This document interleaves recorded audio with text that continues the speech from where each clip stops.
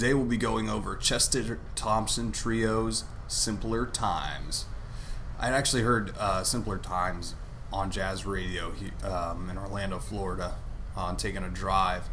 And the opening notes really just sucked you in on the title track. Such a beautifully played bass melody, and then the piano slowly creeps in, and it kind of builds into this climatic,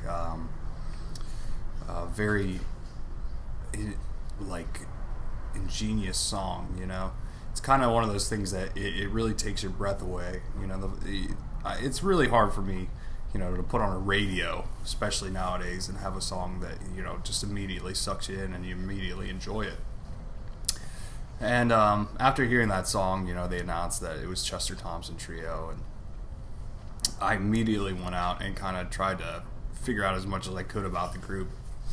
And I eventually ended up buying the album at a local record store. It was quite the find. It was really hard to find.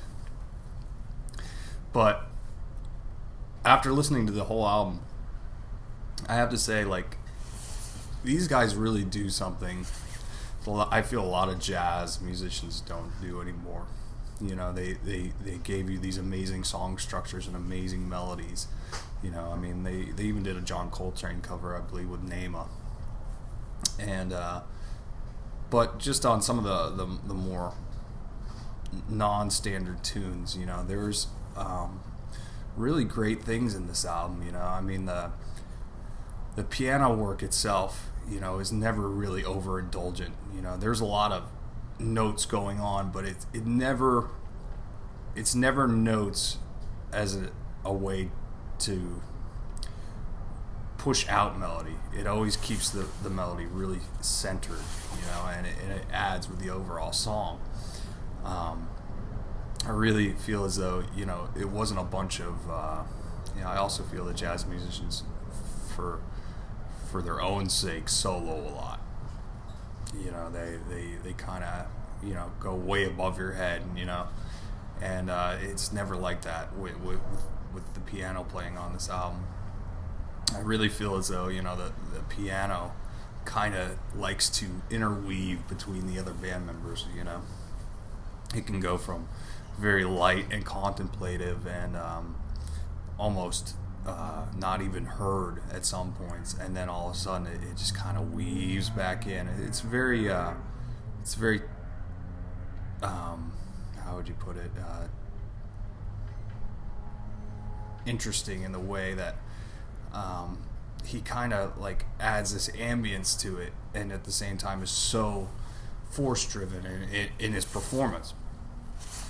I'd also like to kind of go into the other band members as well. This band really allows each member to shine through, as far as the bass player and the drummer. Some songs the drummer starts out very, very, very strong, and you could really see his chops, and it's the same way with the bass player. At certain times, he stands back into the background, and in all honesty, I think all of the members kind of intertwine with one another in a really, really different way.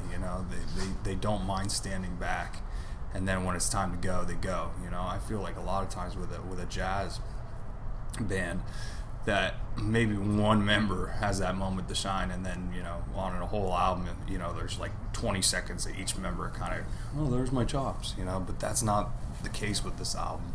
They really allow each other to show through and play brilliantly, and their influences too are kind of ingenious in a way too. It's been a long time since I've heard a bass player do a solo with a bow. Paul Chambers used to do that quite a bit on his own records, and I think maybe a Miles Davis record or two, some of the other Blue Note. But on this album, they actually did a slow song with the bass player using the bow, which was really cool for me. I really thought that really stood out to me a lot. Maybe, to a lot of people, maybe they're like, whoa, what's the big deal? But I thought it was cool. I also thought it was really cool, the title, track, Simpler Times, you know, is the first track off of an album, you know, to put that out as your kind of so-called single too, really was just an epic song to go, you know. And I really feel on that song in particular, all three members of the band really shine in a way that, you know, is so evoking, thought-provoking, you know, and it brings you this sort of character of warmth and peace, you know. And it kind of shines through, you know, how they named the album Simpler Times, you know. It really brings back good memories as far as, you know, the thought-provoking aspect of it.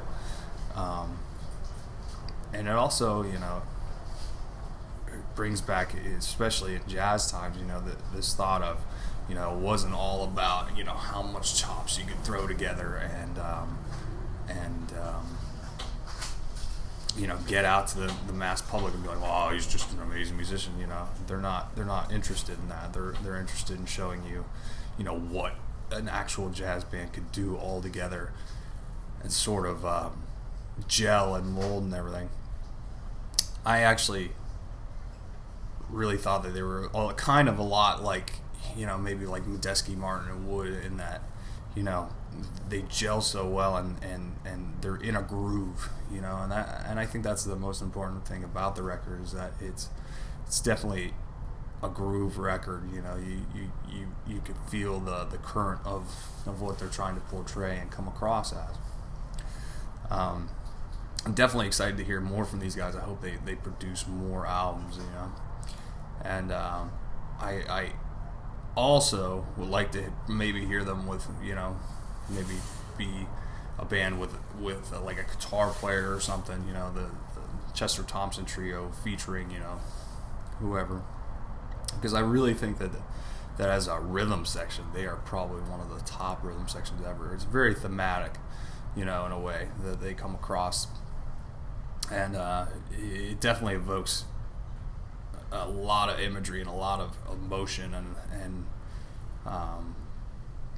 it's very beautifully played, and it sticks with you. You know, it's one of those albums yet again you could probably put on tons of different times, and it can be played almost anywhere, you know, in the background, or even if you were having dinner with a bunch of guests over, it would be a very nice piece to have. So if you have any comments, please leave them in the comment box below. Please feel free to like, share, and subscribe to our channel. And as always, we thank you so much for watching our videos, and we hope to hear from you soon. Have a great day.